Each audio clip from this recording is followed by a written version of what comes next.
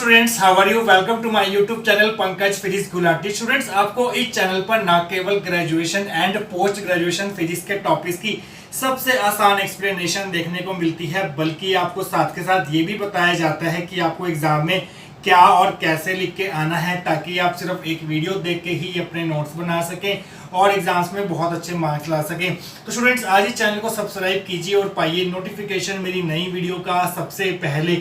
इसी कैटेगरी में आगे बढ़ते हुए आज हम बात करेंगे BSc first sem electricity, magnetism and electromagnetic theory unit 4 के एक और इम्पॉर्टेंट टॉपिक के बारे में, जिसका नाम है analysis of AC circuit containing a resistance and an inductance using J operator.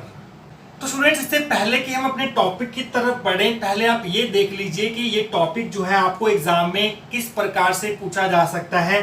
तो कुछ क्वेश्चन देख लीजिए जिस क्वेश्चन की फॉर्म में ये टॉपिक आपको एग्जाम में पूछा गया है। Using J operator obtain relation for impedance and phase relationship between alternating EMF and alternating current in a circuit containing inductor L and a resistor R in series, draw the phasor diagram. तो J operator का use करते हुए आपने impedance find करना है और phase relationship find करना है alternating EMF and alternating current के बीच में उस सर्किट के लिए जिसमें एक इंडक्टर और एक रेजिस्टर जो है वो सीरीज में कनेक्ट होंगे, और साथ के साथ आपको फेजर डायग्राम भी ड्रॉ करना है इस सर्किट के लिए। और ये क्वेश्चन जो है 2017 के फाइनल यूनिवर्सिटी एग्जाम्स में 6 मार्क्स की कैटेगरी में पूछा गया था। तो स्टूडेंट्स, एक फॉर्म तो ये है, दो फॉर्म्स और डिस्कस करेंगे कि किस फॉर्म में क्वेश्चन आपको पूछा जा सकता है। उसके बाद हम अपने टॉपिक की तरफ आगे बढ़ेंगे। तो स्टूडेंट्स, आइए देखते हैं बाकी बची हुई दो फॉर्म्स जिस फॉर्म में आपको आज का टॉपिक जो है एग्जाम में क्वेश्चन की फॉर्म में आ सकता है।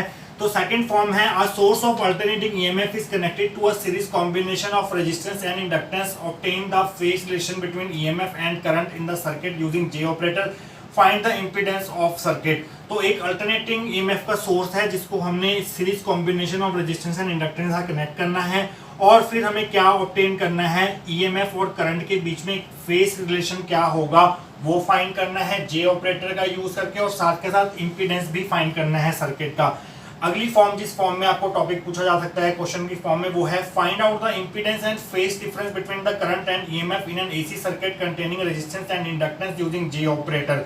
जे ऑपरेटर का यूज करते हुए हमने उस सर्किट का इंपीडेंस और फेज डिफरेंस फाइंड करना है करंट और ईएमएफ के बीच में, जिस सर्किट में रेजिस्टेंस एंड इंडक्टेंस मींस दो कंपोनेंट्स जो हैं वो कनेक्ट होंगे। ये क्वेश्चन जो है 2014 में, और इस प्रकार से क्वेश्चन जो है 2015 में 6 मार्क्स की कैटेगरी में ही पूछा गया था।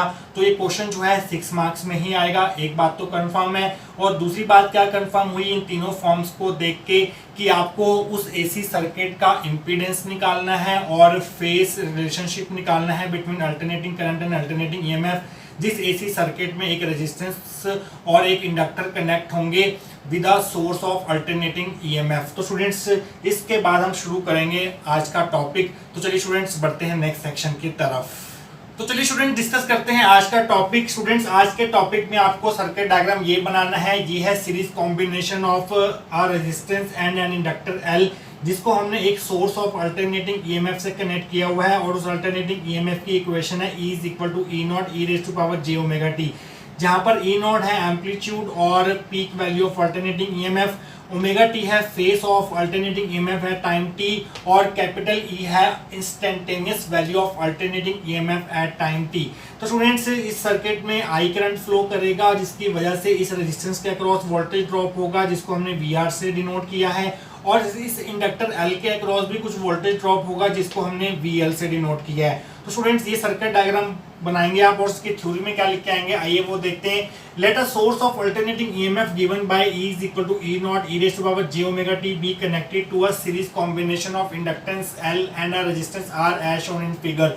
हमने एक अल्टरनेटिंग ईएमएफ का सोर्स लिया, और उस अल्टरनेटिंग ईएमएफ की जो इक्वेशन है E is equal to E naught E raise to power J omega T है, उसको हमने कनेक्ट कर दिया एक series combination of inductance L and resistance R के साथ, और इसको हमने यहाँ पर फिगर में शो किया है। Let I be the current in the circuit at time T. हमने मान लिया कि टाइम टी पर जो करंट है सर्किट में वो आई है। The voltage drop across inductor L is given by. अब वीएल की वैल्यू कितनी होगी, जो कि है voltage drop across inductor L, वो हम निकालेंगे using Ohm's law. Ohm's law में क्या कहता है, V is equal to I R होता है। आई करंट है, यहाँ पर R रेजिस्टेंस है। तो यहाँ पर करंट कितना फ्लो कर रहा है L के अक्रॉस, R के अक्रॉस और L के अक्रॉस सेम करंट फ्लो करेगा I, क्योंकि ये दोनों सीरीज कॉम्बिनेशन में है। तो करंट है हमारा I, और जो इंडक्टर इस करंट को ऑपोजिशन ऑफर करेगा उसको हम बोलते हैं इंडक्टिव रिएक्टेंस, जिसको हम XL से डिनोट करते हैं। तो R की जगह हमें यहाँ पर XL लेना पड़ेगा, और XL को हम क्या लिख सकते हैं, XL को हम लिख सकते हैं ओमेगा L। तो स्टूडेंट्स यहाँ पर एक चीज मिसिंग है, वो ये है कि जब भी हम प्योर इंडक्टिव सर्किट डिस्कस करते हैं तो हम वहाँ पर देखते हैं कि इंडक्टर के अक्रॉस जो वोल्टेज होती है वो करंट को 90 डिग्री से लीड करती है। तो 90 डिग्री से लीड करने को दिखाने के लिए आपको यहाँ पर प्लस जे भी लिखना पड़ेगा मल्टीप्लाई में, यहाँ पर आपको जे भी लिखना पड़ेगा साथ में। ये प्लस जे जो क्या शो कर रहा है यहाँ पर right hand side of equation 2 में, ये शो कर रहा है कि जो इंडक्टर के अक्रॉस वोल्टेज होती है वो करंट को 90 डिग्री से लीड करती है। तो ये प्लस जे का साइन यहाँ पर ये शो कर रहा है। तो आपको यहाँ पर मेंशन करना पड़ेगा the multiplication by J on right hand side of equation 2 is due to the reason that voltage across inductor leads the current by J by pi by 2, या 90 डिग्री आना था, यहाँ पर बाय पाई बाय 2 लिख देता हूँ। तो students यहाँ पर राइट हैंड साइड में जे से इसलिए मल्टीप्लाई किया गया है क्योंकि हमें पता है इंडक्टर के अक्रॉस वोल्टेज जो है वो करंट को लीड करती है पाई बाय 2 से। तो स्टूडेंट्स यहाँ तक हो चुका है हमारा, ये सेकंड इक्वेशन है, ये हमारी फर्स्ट इक्वेशन थी। इसके आगे का पार्ट हम देखेंगे आने वाले सेक्शंस के अंदर। तो स्टूडेंट्स आइए आगे बढ़ते हैं। देखिए स्टूडेंट्स, हमने वोल्टेज ड्रॉप निकाल लिया था इंडक्टर L के अक्रॉस, VL की वैल्यू निकाली थी। अब हम निकालेंगे VR की वैल्यू, जो कि है voltage drop across this resistance R। Voltage drop across resistance R is given by VR is equal to, देखिए स्टूडेंट्स V का फॉर्मूला क्या होता है according to Ohm's law, I into R होता है। तो स्टूडेंट्स क्या यहाँ पर हम प्लस जे से मल्टीप्लाई करेंगे या माइनस जे से मल्टीप्लाई करेंगे? नहीं करेंगे, क्योंकि हमें पता है किसी भी प्योर रेजिस्टेंस के अक्रॉस जो वोल्टेज एंड करंट होते हैं वो दोनों सेम फेस में होते हैं, उनमें कोई भी फेस डिफरेंस नहीं होता। तो स्टूडेंट्स यहाँ तो ना तो हमें यहाँ प्लस जे से मल्टीप्लाई करना है ना माइनस जे से मल्टीप्लाई करना है, सिर्फ सिंपली करंट मल्टीप्लाई रेजिस्टेंस ही लिखना है यहाँ पर वोल्टेज ड्रॉप VR की वैल्यू। ये हमारी थर्ड इक्वेशन होगी। तो स्टूडेंट्स दोनों वोल्टेज ड्रॉप्स हमने निकाल ली हैं। अब टोटल वोल्टेज कितनी होगी इस कॉम्बिनेशन के across? Total voltage across the combination is given bye, वो होगी इन दोनों वोल्टेज ड्रॉप्स का सम VR plus VL, VR plus VL। और ये दोनों वोल्टेज टोटल वोल्टेज जो है अक्रॉस द कॉम्बिनेशन किसके बराबर होगी? अप्लाइड EMF E के बराबर होगी। तो यहाँ पर आपको E is equal to VR plus VL लिखना होगा। तो स्टूडेंट्स ये भी E इज इक्वल टू है, VR की वैल्यू कितनी है IR, और VL की वैल्यू क्या थी पिछले सेक्शन में सेकंड इक्वेशन में JI ओमेगा L थी। यहाँ से I कॉमन ले लीजिए तो ये आ जाएगा R plus J omega L। तो स्टूडेंट्स यहाँ से E बाय I का जो रेशो आएगा वो आएगा R plus J omega L, और इस R plus J omega L को हम Z से रिप्रेजेंट करेंगे। Z है हमारा कॉम्प्लेक्स इम्पीडेंस, ये हमारी फोर्थ इक्वेशन होगी। where Z is equal to R plus J omega L is called complex impedance। देखिए students Z is equal to है R plus J omega L means Z एक imaginary operator है। और अगर हमारे पास Z इक्वल टू Z को अगर हमने पोलर फॉर्म में लिखना हो तो हम कैसे लिख सकते हैं? Z is equal to modulus of Z cos phi plus J modulus of Z sin phi. Means इस प्रकार से हम लिख सकते हैं किसी भी कॉम्प्लेक्स ऑपरेटर को in terms of polar form. तो स्टूडेंट्स यही फॉर्म हम यहाँ पर यूज करेंगे। Z is equal to R plus J omega L is equal to magnitude या modulus of Z cos phi plus J magnitude of Z into sine phi. तो students Z का magnitude हम कैसे निकालेंगे? Z इज इक्वल टू है R plus J omega L। आप जानते हैं अगर आपके पास कॉम्प्लेक्स नंबर हो Z equal to A plus iota B, तो मैग्नीट्यूड ऑफ Z क्या होता है? Square root of A square plus B square होता है। ये A का स्क्वायर प्लस B का स्क्वायर ऊपर स्क्वायर रूट, ऐसे हम निकालते हैं किसी भी कॉम्प्लेक्स नंबर का मैग्नीट्यूड। तो उसी प्रकार से यहाँ पर मोड Z की वैल्यू क्या होगी? Z इज इक्वल टू है R plus J omega L। तो मोड Z की वैल्यू हो जाएगी R स्क्वायर, साथ में J का जो कॉफिशिएंट है ओमेगा L उसका square, omega square L square, साथ में cos फाई प्लस J ऐसे ही रहेगा। मोड Z है हमारे पास square root of R square plus coefficient of J square जो कि है ओमेगा L, वो होगा ओमेगा स्क्वायर L स्क्वायर साथ में साइन फाई। तो स्टूडेंट्स यहाँ तक हम कर चुके हैं। इसके आगे की जो डेरिवेशन है वो हम देखेंगे आने वाले सेक्शंस के अंदर। तो स्टूडेंट्स आइए आगे बढ़ते हैं। लास्ट सेक्शन में हम यहाँ तक निकाल चुके थे Z is equal to R plus J omega L is equal to square root of R square plus omega square L square cos phi plus J square root of R square plus omega square L square sine phi. अब यहाँ से ये वाला square root जो है हम common ले लेते हैं, तो अगला स्टेप होगा आपका Z is equal to R plus J omega L is equal to square root of R square plus omega square L square common ले लिया, अंदर बचेगा cos phi plus J sine phi. देखिए students, cos phi plus J sine phi को हम कैसे लिख सकते हैं, E raise to power J phi लिख सकते हैं। क्यों? क्योंकि मैथमेटिक्स के अंदर एक डिमोवियस थ्योरम होती है जो हमें ये कहती है cos theta plus iota sine theta जो होता है वो equal to E raise to power iota theta होता है। अगर यहाँ माइनस होता तो यहाँ पर माइनस आइटा थीटा आ जाता। तो यही फॉर्मूला हमने यहाँ पर अप्लाई कर दिया, cos phi plus J sine phi को हमने लिख दिया E raise to power J phi. तो स्टूडेंट्स बाकी सारे टर्म्स वैसे रहेंगी, Z is equal to R plus J omega L is equal to square root of R square plus omega square L square E raise to power J phi हमारी fifth equation होगी।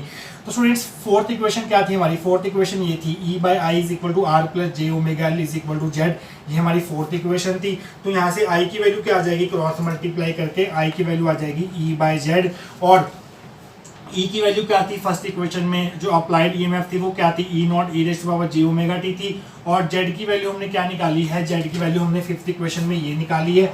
ये पूरी value हम यहाँ put करेंगे Z की, नीचे square root of R square plus omega square L square into E raise to power J phi, वो हमने यहाँ पर जेड की वैल्यू पुट कर दी। तो स्टूडेंट्स इसको हम पुट कर देंगे E naught by square root of R square plus omega square L square को हम आई नॉट पुट करेंगे, I is equal to I naught, इसकी जगह हमने आई नॉट पुट कर दिया, और जे फाई ऊपर जाके माइनस जे फाई हो जाएगा, E raise to power J omega T minus J phi, where I naught is equal to E naught by square root of R square plus omega square L square. ये है हमारी peak value of alternating current in the circuit. तो students अगला step क्या होगा आपका, I is equal to I naught, E raise to power यहाँ से जे कॉमन ले लेंगे, J omega T minus phi, ये हमारी सिक्स्थ इक्वेशन होगी। तो स्टूडेंट्स हमारे series combination of inductor and resistance के केस में जो करंट की इक्वेशन थी वो हमने फाइंड कर ली है। इसके आगे की जो डेरिवेशन है वो हम देखेंगे आने वाले सेक्शंस के अंदर। तो स्टूडेंट्स आइए आगे पढ़ते हैं। देखिए स्टूडेंट्स फर्स्ट इक्वेशन में हमारे पास अल्टरनेटिंग ईएमएफ की इक्वेशन थी जो थी E is equal to E naught E raise to power J omega T, ये हमारी फर्स्ट इक्वेशन थी। अभी हमने पिछले सेक्शन में करंट की इक्वेशन फाइंड की फॉर एलआर सर्किट जो की थी I is equal to I naught E raise to power J omega T minus phi, ये सिक्स्थ इक्वेशन थी। तो स्टूडेंट्स यहाँ पर देखिए, यहाँ पर अल्टरनेटिंग ईएमएफ का फेज कितना है, ओमेगा टी है, और करंट का फेज कितना है, ओमेगा टी माइनस फाई है एट टाइम टी। तो हम यहाँ पर क्लियरली देख सकते हैं कि एलआर सर्किट में जो अल्टरनेटिंग करंट होता है वो अल्टरनेटिंग ईएमएफ से लैग बिहाइंड करता है बाय एन एंगल फाई। तो स्टूडेंट्स यहाँ पर आप इसका कंक्लूजन लिखेंगे, comparison of equation 1 and 6 shows that alternating current lags behind alternating EMF by phase phi in LR circuit। तो LR सर्किट में alternating current alternating EMF से लैग करता है by phase phi, यहाँ से हमें क्लियरली ऑब्जर्व हो रही है। अभी हमने पीछे आई नॉट की वैल्यू लिखी थी जो कि थी E naught by square root of R square plus omega square L square. अगर यहाँ से आप E naught by I naught का रेशियो निकालेंगे तो आपके पास आएगा square root of R square plus omega square L square, और ये क्या था, मैग्नीट्यूड ऑफ जेड था, मैग्नीट्यूड ऑफ कॉम्प्लेक्स इंपीडेंस था, और इस मोड ऑफ जेड को बोलते हैं, इसको हम बोलते हैं इंपीडेंस ऑफ एलआर सर्किट, क्योंकि वोल्टेज डिवाइडेड बाय करंट किसके बराबर होता है, रेजिस्टेंस के बराबर होता है। यहाँ पर आर और एल का कॉम्बिनेशन लिया गया है, तो यहाँ पर रेजिस्टेंस को स्पेशल नेम दिया जाएगा, वो दिया जाएगा इंपीडेंस। इंपीडेंस कितना निकल आया हमारा एलआर सर्किट का, square root of R square plus omega square L square निकल के आ गया। तो स्टूडेंट्स यहाँ तक हमारा हो चुका है। इसके बाद हम ड्रॉ करेंगे phasor diagram for LR circuit. तो आइए स्टूडेंट ड्रॉ करते हैं phasor diagram for LR circuit. उसके लिए आप रियल एक्सिस इधर लेंगे एक्स एक्सिस की तरफ, और इमेजिनरी एक्सिस इधर लेंगे। तो स्टूडेंट सबसे पहले हम वोल्टेज का फेसर ड्रॉ करेंगे अक्रॉस आर। आर के अक्रॉस जो मैक्सिमम वोल्टेज होगी उसको हम वी आर जीरो से डिनोट करेंगे, that will be equal to current multiply resistance, maximum current multiply resistance. तो ये वी आर ओ की वैल्यू होगी, maximum voltage drop across R की वैल्यू होगी ये। हमें पता है कि जो वोल्टेज और करंट होते हैं रेजिस्टेंस के अक्रॉस वो सेम फेस में होते हैं, तो करंट भी हमें इसी के साथ ड्रॉ करना पड़ेगा। बट करंट का जो वेक्टर होगा वो हमें छोटा ड्रॉ करना है, क्योंकि करंट होता है वोल्टेज डिवाइडेड बाय रेजिस्टेंस, तो करंट की वैल्यू जो है वोल्टेज से हमेशा कम रहेगी। इसको आप डॉटेड बना देंगे। आई नॉट और वी आर जीरो जो है वो दोनों सेम फेस में होंगे, और हमें पता है जो इंडक्टर के अक्रॉस वोल्टेज होती है वो करंट को लीड करती है बाय एंगल पाई बाय 2। तो हमें यहाँ पर वोल्टेज अक्रॉस इंडक्टर का वेक्टर बनाना है, और मैक्सिमम वोल्टेज कितनी होगी इंडक्टर के अक्रॉस उसको हम वी एल जीरो से डिनोट कर देते हैं, that will be equal to omega L multiply maximum current I0। अब हमें इन दोनों वेक्टर्स का VR0 और VLO का रिजल्टेंट निकालना है, तो उसके लिए हमें एक पैरेललोग्राम ड्रॉ करना होगा।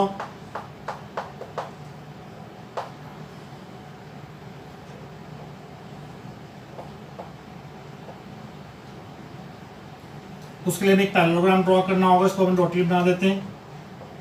और इसका जो रिजल्ट, इसका जो ये डायगोनल होगा पैरेललोग्राम का, that will give you resultant voltage E0, that will be equal to square root of VR0 square plus VLO square।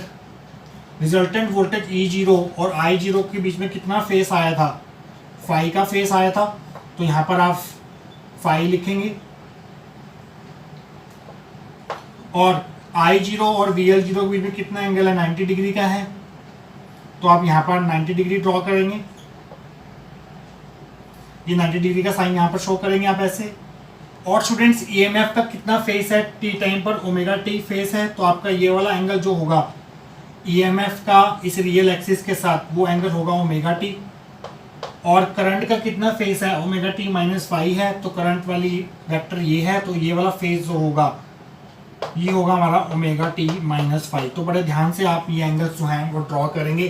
तो स्टूडेंट्स ये हो गया हमारा फेसर डायग्राम। ये डायग्राम बड़े साफ सुथरा आपने बना के आना है एग्जाम में। तो स्टूडेंट्स यहाँ पर हमारा खत्म होता है LR सर्किट। इसके बाद हम डिस्कस करेंगे series combination of capacitance and resistance next video में। तो स्टूडेंट्स आई होप आपको आज का टॉपिक जो है वो समझ आया होगा।